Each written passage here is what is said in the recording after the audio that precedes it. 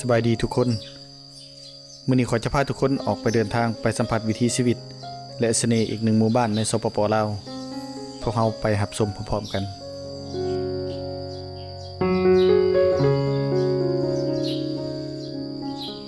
แม่น้ำคลองบ่แม่นเพียงแต่สายน้ำที่ไหลผ่าน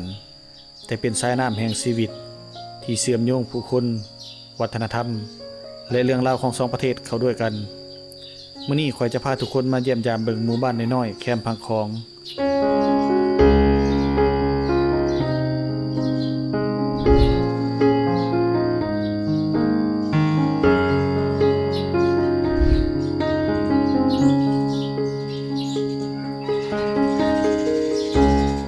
เบื้องหน้าคือประเทศไทย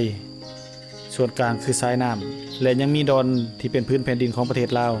ตั้งอยู่ท่ามกลางธรรมชาติที่งดงาม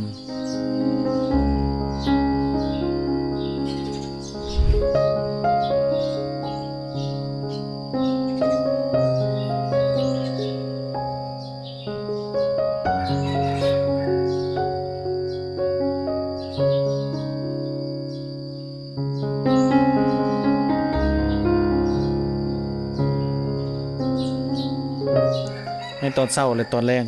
ผู้คนที่อาศัยชีวิตอยู่ในสถานที่แห่งนี้ได้ใช้ชีวิตผูกพันกับแม่น้ำสายนี้ทั้งเหตุการณ์ประมงการเกษตรและการดำเนินชีวิตที่เรียบง่ายซึ่งสืบทอดกันมาหลายชั่วอายุคน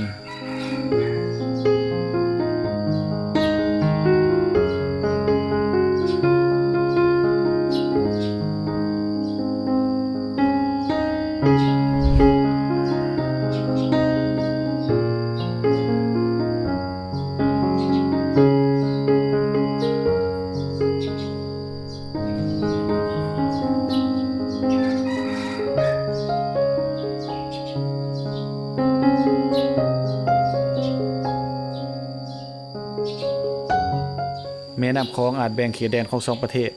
แต่บ่เคยแบ่งความผูกพันของผู้คนที่อาศัยอยู่แคมป์พังคองทั้งสองด้าน